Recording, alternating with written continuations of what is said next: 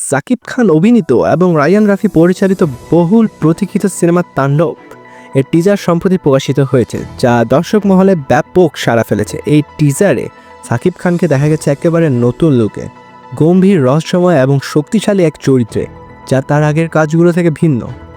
টিজারটি শুরু হয় মুখোশধারী একটি গ্যাংয়ের একটি ভবনে হামলার মাধ্যমে, যা সম্ভবত একটি টেলিভিশন চ্যানেল। তারা সবাইকে জিম্মি করে ফেলে এবং আইন শৃঙ্খলা বাহিনীর সঙ্গে মুখোমুখি সংঘর্ষে জড়িয়ে পড়ে।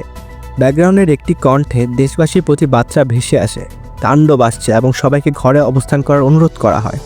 টিজারে এক পর্যায়ে মুখোশ খুলে ফেলেন সাকিব খান, যা দর্শকের মধ্যে উত্তেজনা আরও বাড়িয়ে দেয়। এক ঝলকে জয়া আহসানকেও দেখা যায়, যা সিনেমাটির প্রতি কৌতূহল আরও বাড়িয়েছে। সাকিব খানের নতুন লুক এবং চরিত্র তার উপস্থিতি দর্শকদের মুগ্ধ করেছে। রায়হান রাফির পরিচালনায় সিনেমাটি একটি থ্রিলার জনরার গল্প বলবে, যেখানে একটি টেলিভিশন চ্যানেল হামলার ঘটনা কেন্দ্রীয় বিষয়। চিত্রনাট্য রচনা করেছেন রায়হান রাফি ও আদনান আদিব খান। সিনেমাটিতে জয়া আহসান একটি বিশেষ চরিত্রে অভিনয় করেছেন এবং শরীফুল রাজকে 40 সেকেন্ডের একটি ক্যামিও চরিত্রে দেখা যাবে। আর তাছাড়াও অনেকে স্পেকুলেশন করছেন যে আফরান নিশু বা সিয়াম আহমেদও এই মুভিতে ক্যামিও দিতে পারে, বাট সেটা তো আমরা সিনেমা দেখলে বুঝতে পারবো।